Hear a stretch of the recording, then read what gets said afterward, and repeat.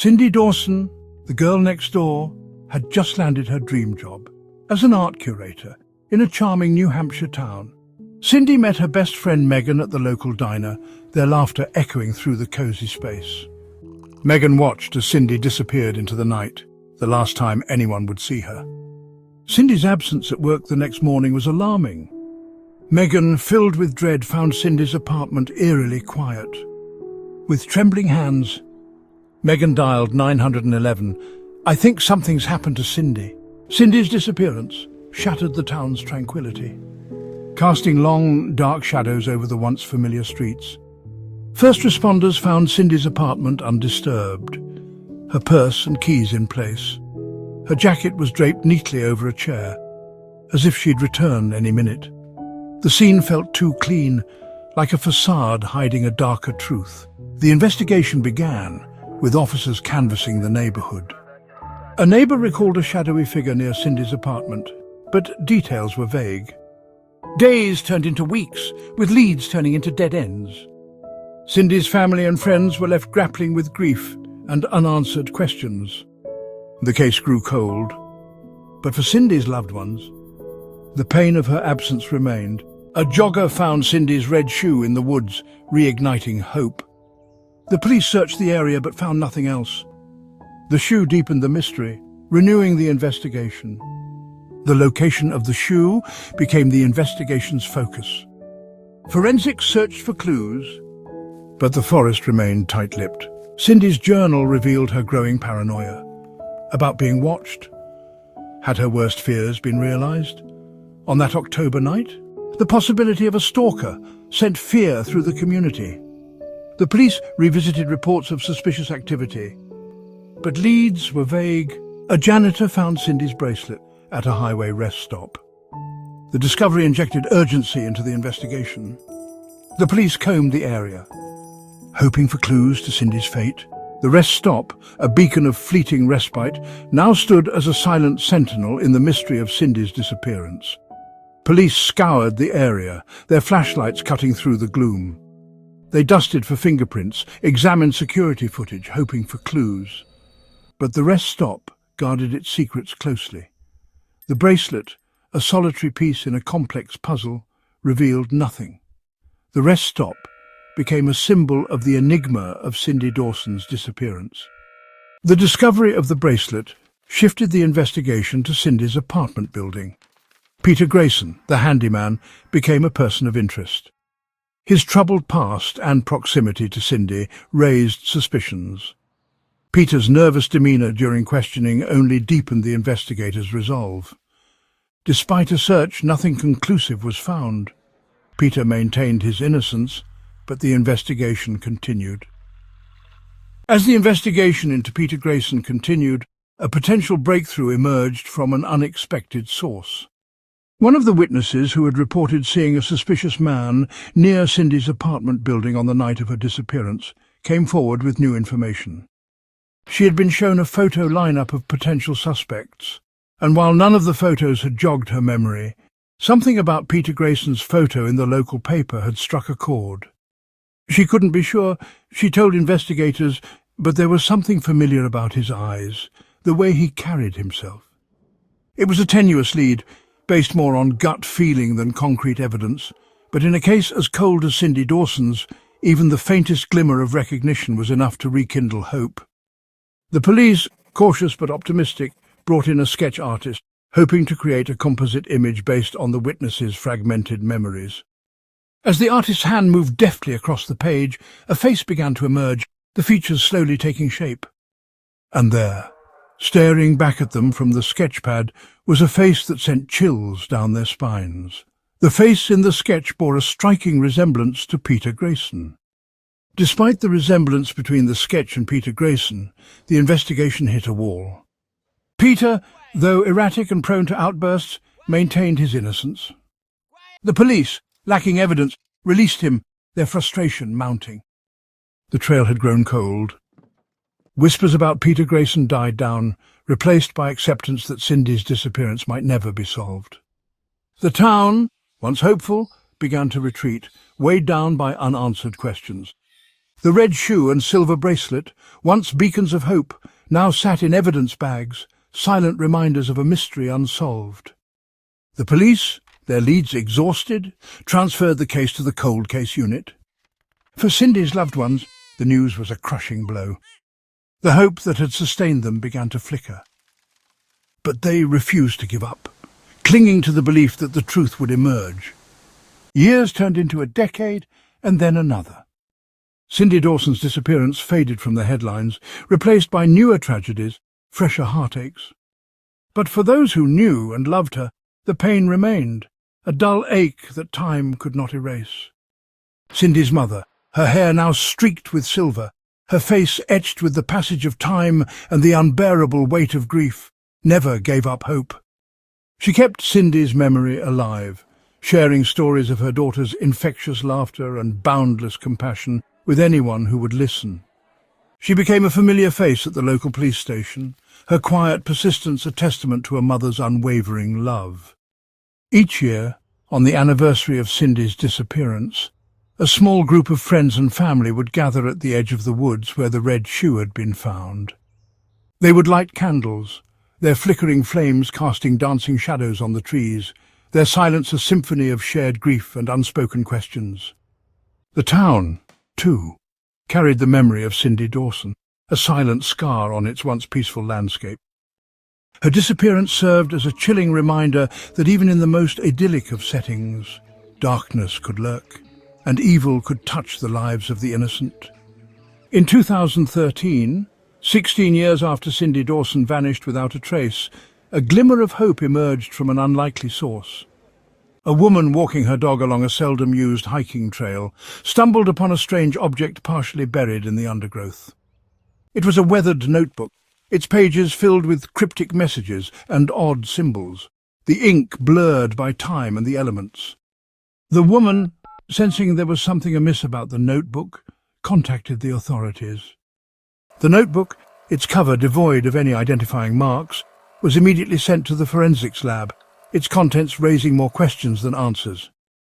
The writing, a jumbled mix of cursive and print, seemed to alternate between rambling thoughts, snippets of poetry, and disturbingly detailed descriptions of violent acts. One phrase, scrawled in a shaky hand on a page filled with what appeared to be astrological charts, sent shivers down the spines of the investigators. She didn't deserve it. Could this be a reference to Cindy Dawson?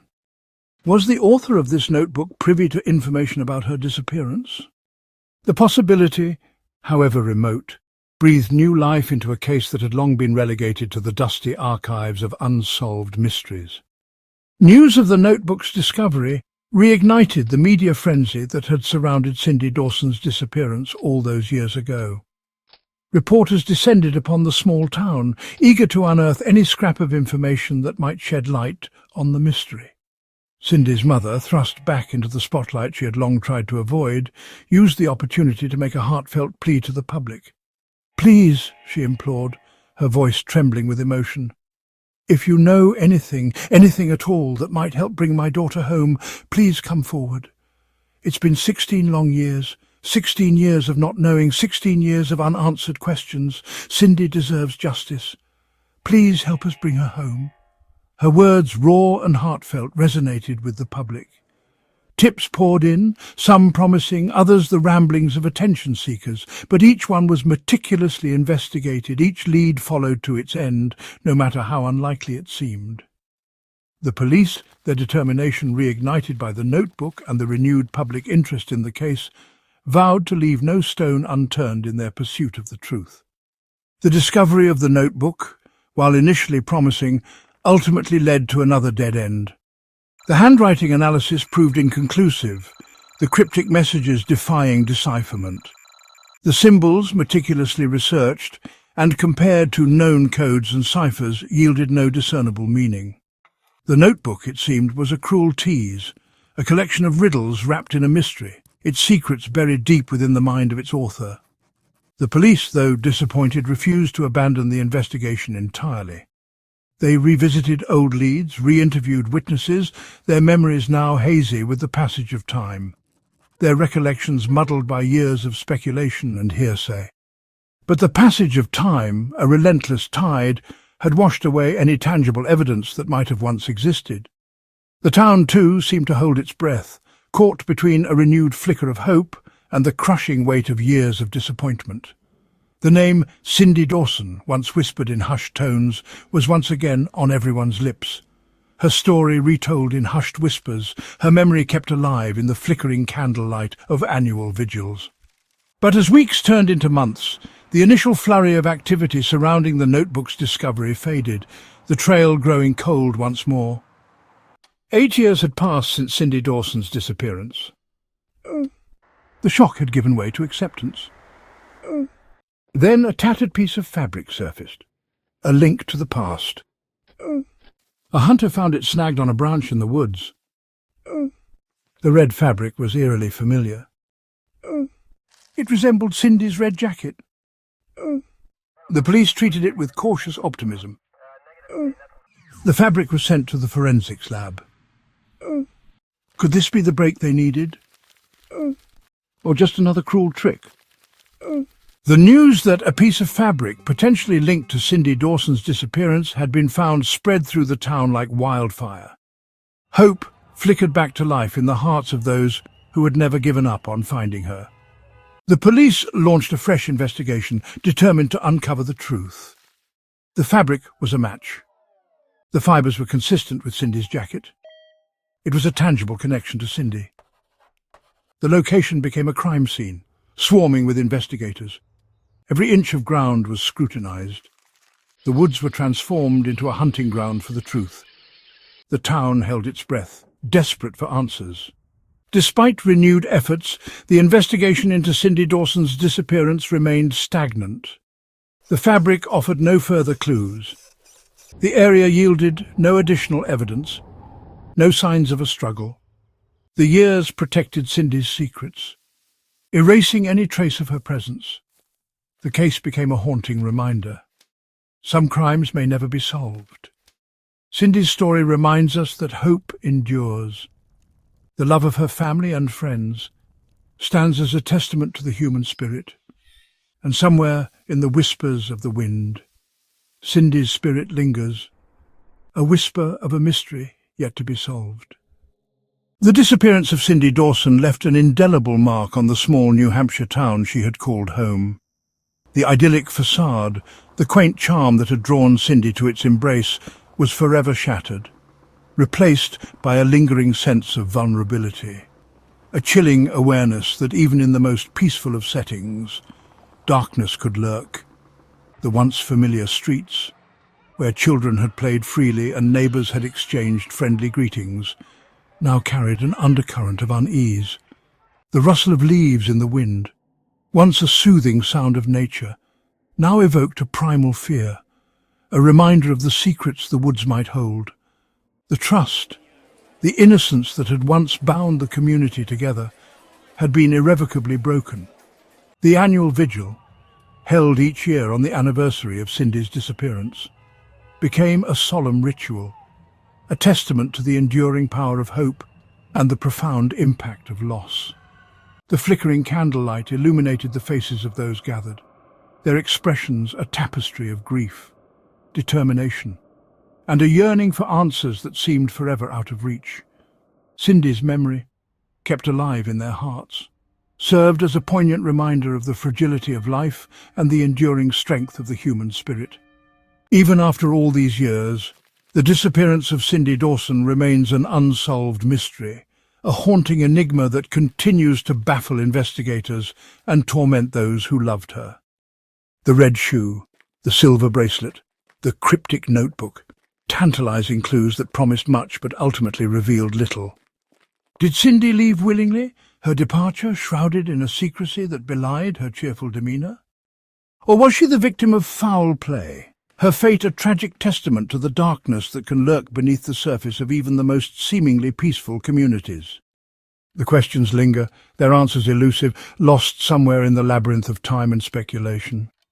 Was Peter Grayson, the reclusive handyman with a troubled past, involved in Cindy's disappearance? Did the shadowy figure in the hoodie, glimpsed by a neighbour on that fateful night, hold the key to unravelling the mystery? Or did Cindy encounter someone that night? A stranger passing through town, their paths intersecting in a moment of unimaginable horror?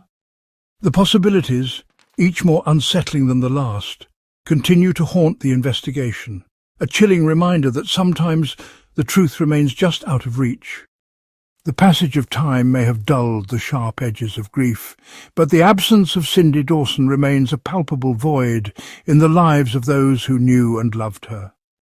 Her parents, their hair now silvered with the passage of time, still cling to the hope of finding answers, of bringing their daughter home, even if it is only in memory. Megan Porter, her once bright eyes now clouded with a lingering sadness, carries the weight of that last goodbye. The memory of Cindy's laughter echoing in her dreams, a bittersweet reminder of a friendship tragically cut short. The town, forever marked by the mystery, continues to grapple with the knowledge that some questions may never be answered, some wounds never fully healed. Cindy's legacy, however, extends beyond the tragedy of her disappearance. Her love for art, her infectious zest for life, continues to inspire those who remember her. The art gallery where she had poured her heart and soul into curating exhibitions now bears her name, a testament to her enduring passion and a reminder to embrace life's beauty with the same fervour that Cindy did.